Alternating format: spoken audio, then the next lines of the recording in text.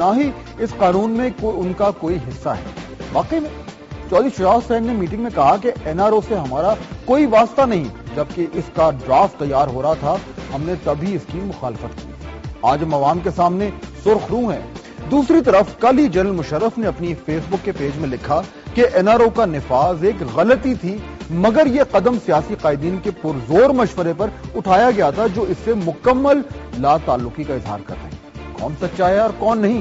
کل کے ساتھ ہی آج اپنی دوستی سے مکر گئے ہیں، ایک دوسرے پر انگلیاں اٹھا رہے ہیں، اپنا دامن این آر او کی کیچڑ سے بچانے کی کوشش کر رہے ہیں، ماضی کا کوڑا ساتھ والے گھر میں پھینک رہے ہیں تاکہ اپنی کوٹھی تو صاف رہے۔ یہ ایک عجیب صورتحال ہے، اس پہ ہم بات کریں گے۔ اسلام آباد سے ہمارے ساتھ موجود ہیں مسلم لیگ کاف سرحد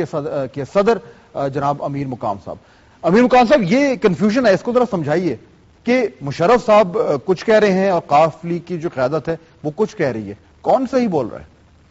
نہیں، یہ بات جو آپ نے بات کی اور مشرف صاحب کی بات کی اور آج ہماری لیڈرشپ نے جو بات کی ہے، تو یہ بات تو فواد صاحب اس کے لیے مزید مثال دینے کی ضرورت نہیں ہے۔ اگر ہماری پارٹی پاکستان مسلم لیگ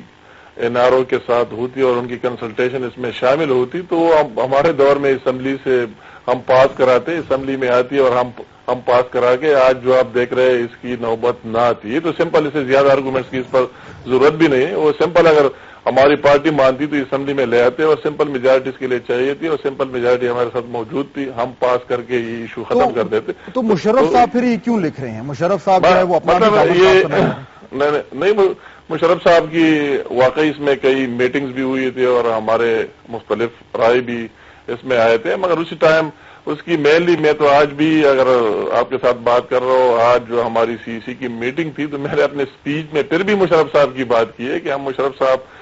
یہ بات نہیں ہے کہ جو اچھے کام اس نے کیے ہے تو ہم آج بھی ڈیفینڈ کریں گے، کل بھی ڈیفینڈ کیا تھا، آئندہ بھی ڈیفینڈ کریں گے، اور ہم اس کے دوست بھی ہیں، مگر اس بات میں واقعی ہمارے پارٹی کے تحفظات اسی ٹائم بھی موجود تھے اور اس کا میں نے سمپل آپ کو مثال دے دیا، مگر اس میں ذاتی انٹرسٹ کی بات جب آ جاتی ہے، میں یہ کہتا ہوں کہ مشرف صاحب کی اس طرح دوست بھی تھے جس کے میں طارق عزیز صاحب ہو گیا، دوسرے ہو گئے کہ ہاں وہ ان کی جو کچن کیبنٹ تھی وہ ظاہر بات ہے اس میں انوالو تھی۔ اچھا، مسئلہ یہ ہو رہا ہے امیر مقام صاحب، جو ایک تھوڑا سا مسئلہ ہے جو تاثر آ رہا ہے، اگر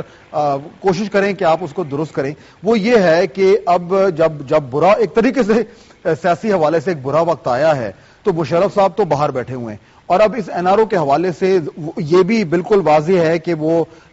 جو چودھری برادران ہیں ان سے ناراض بھی ہیں، یہ کوئی ڈھکی چھپی بات نہیں ہے۔ اب یہ این آر او کی ایک ایسی وہ ایک آگ کی ایک گیند ہے جس کو کوئی پکڑنا نہیں چاہ رہا، وہ ایک دوسرے کی طرف اچھال رہے ہیں۔ اب مشرف صاحب کہتے ہیں کہ جی انہوں نے کیا، یہاں پہ ڈسون ہو رہا ہے، لوگ جو بیٹھے ہوئے ہیں سائڈ پر، ہم جیسے لوگ، انہیں یہ لگتا ہے کہ کاف لیگ جو ہے اور مشرف صاحب کے درمیان انہیں یہ سمجھ نہیں آ رہا کہ اپنا دفاع کیسے کریں۔ نہیں، بات مطلب یہ جو آپ نے بات کی، میں بھی ایک پروگرام سے قاہرہ صاحب کے ساتھ ہو کے یہ بات ہم نے وہی بھی چھیڑی گئی جب آپ کے پروگرام میں آ رہا تھا، بات یہ اصل میں جو بات ہوئی تھی، ڈیل ہوئی تھی، ابھی یہ بات کوئی چھپی بات نہیں، وہ بات یہ ہوئی تھی، مشرف صاحب کے جو بعض ایڈوائزر تھے انہوں نے اسے مشورہ دیا اور اس میں ذاتی انٹرسٹ یہ آئی کہ آپ آئندہ 5 سال کے لیے پریزیڈنٹ رہے ہیں، نمبر 1 یہ، نمبر 2 یہ کہ پیپل پارٹی والے اپنے سیٹوں سے ریزائن نہیں کریں گے اور اس کی عوض پیپل پارٹی کو ہم سپورٹ کریں گے اور محترمہ پاکستان کی پرائم منسٹر ہوگی، اور ہماری جو پارٹی تھی ان کے ایڈوائزر کا خیال تھا کہ یہ بھی ساتھ دے گی اور پرائم منسٹر محترمہ ہوگی۔ تو ابھی این آر او کی اگر آپ بات کریں تو ان کے دونوں جس کے لیے ڈیل ہوئی تھی، محترمہ بھی اس دنیا میں موجود نہیں اور مشرف صاحب کو بھی اس سے کوئی فائدہ نہیں ہوا، اس کو نکالنے میں البتہ این آر او نے رول ادا کیا تو وہ نکل گیا، وہی چلا گیا۔ اس کو ایک طریقے سے اور سمجھنے کی کوشش کرتے ہیں، بالکل مختصراً یہ بتائیں امیر مقام صاحب کہ اگر کل کو کوئی پٹیشن ہوتی ہے، کوئی آئین میں سپریم کورٹ کے سامنے کچھ ہوتا ہے،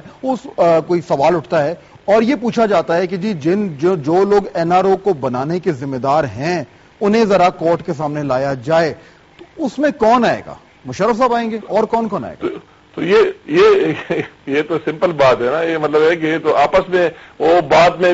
نے بھی ابھی وہ بات کوئی ڈکی چھپی نہیں، میں نے آپ کے کھل کر بتا دیا ہے کہ اس کے مقاصد کیا تھے، مقاصد بھی بتائے، بینیفیشریز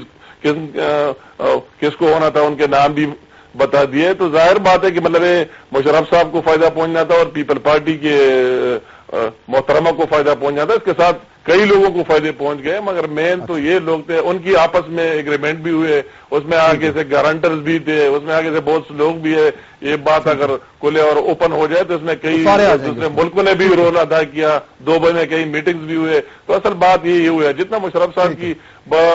اچھے کاموں کو ڈیفینڈ کرنے کے ہم آج بھی ڈیفینڈ کر رہے ہیں، بہت سے لوگ ان کے ساتھ بھی ہیں، میں اس کے بولنے میں کوئی اس طرح شرم نہیں آ رہی، جو حقائق ریئلٹیز ہے وہی ہے. ہاں ٹھیک ہے، اور آپ ان سے ملاقات بھی کر کے ہیں. بہرحال بہت شکریہ امیر مقام صاحب آپ سے بات کرنے کا. جو صورت حال ہے وہ آپ کے سامنے ہے کہ اگر یہ جیسا وہ بھی کہہ رہے تھے کہ اگر یہ پول کھلنے شروع ہوں تو پھر بڑے بڑے نام آئیں گے، اس میں بڑے بڑے ممالک بھی آئیں گے. لیکن جو بنیادی نقطہ ہے وہ یہ ہے کہ جب ایسے سے کہ جب کوئی مسئلہ کھڑا ہوتا ہے اور ایک ایسا چیز سامنے آتی ہے جس کو کوئی اون نہیں کرتا تو سب اس سے بھاگتے ہیں. ایک کالا قانون تھا، وہ ایکسپوز ہو گیا ہے، اور جنہوں نے بنایا تھا اب وہ اپنے منہ چھپاتے ہیں. اور اب آخری بات،